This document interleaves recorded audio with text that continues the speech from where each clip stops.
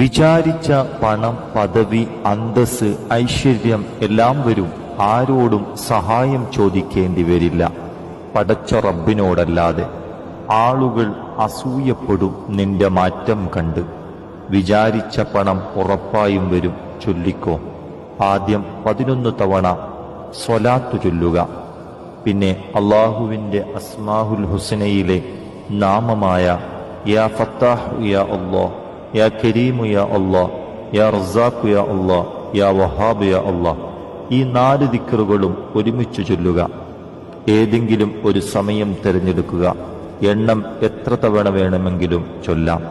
3 ദിവസത്തിനുള്ളിൽ ഉത്തരം ലഭിക്കും. നിങ്ങളുടെ മാറ്റം നിങ്ങൾക്ക് തന്നെ വിശ്വസിക്കാനാവില്ല. നല്ല ഭയഭക്തിയോടെ ബഹുമാനത്തോടുകൂടി ചൊല്ലുക.